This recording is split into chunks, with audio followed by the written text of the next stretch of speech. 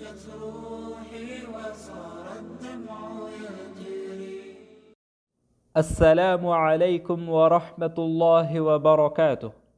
Radio HRDF میں آپ کا استقبال ہے۔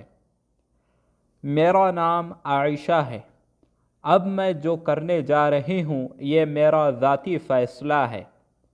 اس کے لیے کسی نے مجھے زور زبردستی نہیں کی ہے۔ اس سے زیادہ میرے پاس کہنے کو کچھ نہیں ہے۔ خدا نے مجھے ایک چھوٹی زندگی دی ہے۔ میں خدا کے پاس جانے میں خوش ہوں۔ میں وہاں جا کر پوچھوں گی کہ میں نے کیا غلطی کی تھی جو مجھے یہ سزا ملی۔ مجھے اپنی دعاؤں میں یاد رکھنا۔ مجھے معلوم نہیں کہ میں جنت میں جاؤں گی یا نہیں۔ یہ 23 سالہ عائشہ ہے جس نے یہ بات گجرات کے احمد آباد میں دریائے سابرمتی کے کنارے کھڑی ہو کر کہی تھی اور پوری دنیا نے سنی ہے۔ خبر سننے والے ہر شخص نے دعا کی کہ اس کے ساتھ کچھ برا نہ ہو۔ 3 سال پہلے ان کی شادی ہوئی تھی۔ وہ اپنے شوہر سے بہت پیار کرتی تھیں، لیکن اس کا شوہر پیسے سے بہت پیار کرتا تھا۔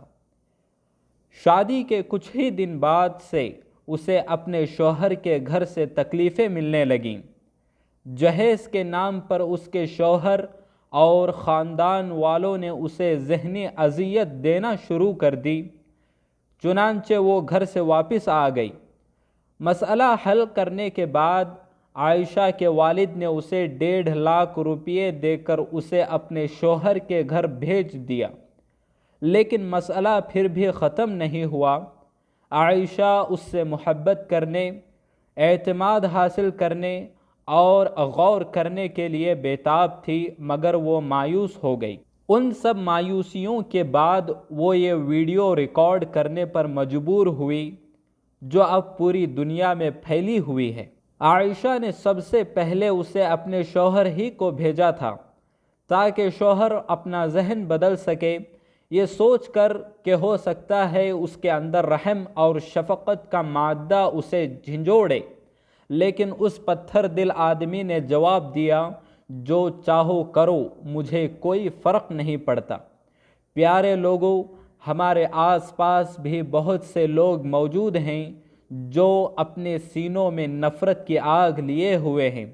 زندگی میں اکثر وہ لوگ ہار جاتے ہیں جو دوسروں کے سامنے ہار جاتے ہیں، جن کے خواب دوسروں کے ذریعے چھین لیے گئے ہیں، آخر کار وہ امید سے محروم ہو جاتے ہیں۔ ہم ان کے لیے کیا کر سکتے ہیں؟ صرف ایک بار سر پہ ہاتھ پھیرنا، محبت کی نظر سے دیکھنا، ان کا غم سننے کے لیے کچھ وقت نکالنا۔ زندگی سے ہار کر خودکشی کے بارے میں سوچنے والے اپنے بھائی اور بہنوں کو کیا ہم زندگی جینے کی ہمت نہیں دے سکتے ہیں؟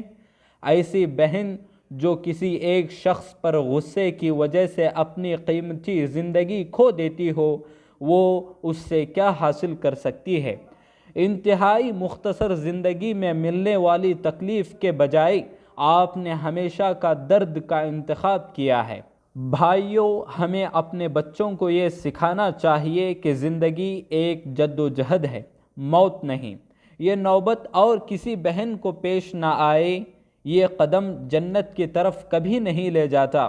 اللہ ہم سب کو اس طرح کی بد نصیبی سے بچائے، آمین۔